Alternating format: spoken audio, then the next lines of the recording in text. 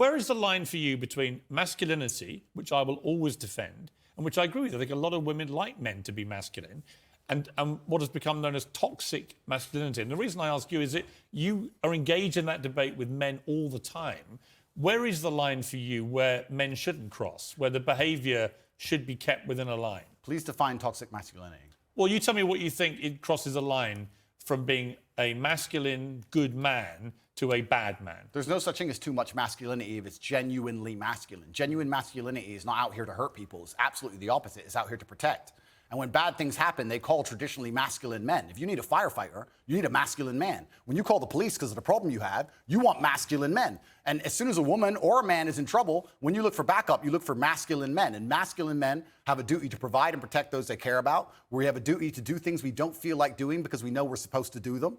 And that's why we stayed in the Titanic and died. Those were masculine men. Where did you get your views about this from? This is what I grew up with. It's the family I grew up around. And your father, your mother, yeah, both? and the world I lived in. And I think a lot of the things I'm saying now about masculinity and how people should act in the world, how the world should function, were considered completely normal and accepted by everybody only 20 years ago. I think the world's just lost its mind. For me to stand up and say a man should protect a woman now gets to be called a misogynist and canceled. If I said that 10 years ago, everyone would say, duh. And what's funny is, everyone who argues against me and says men shouldn't protect women, especially all the feminists, if they were with their boyfriend and a man broke into their house, guess who they'd expect to go downstairs?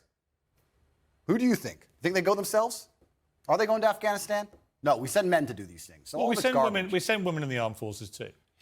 You have to generalize when you make points. There are many courageous people. Exceptions do not disprove the rule. No, but you've got to concede there are many courageous women serving in the armed forces. Absolutely and utterly, completely correct. But by and large, traditionally, soldiers are men. Exceptions do not disprove the rule. Well, it's not an exception. It's a fact that there are a lot of women now in the armed forces. Correct. But if you were to take the average soldier, they are a male.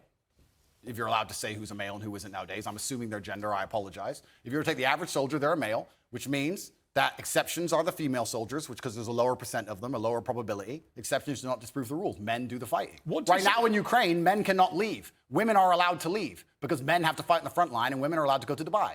That is how it is.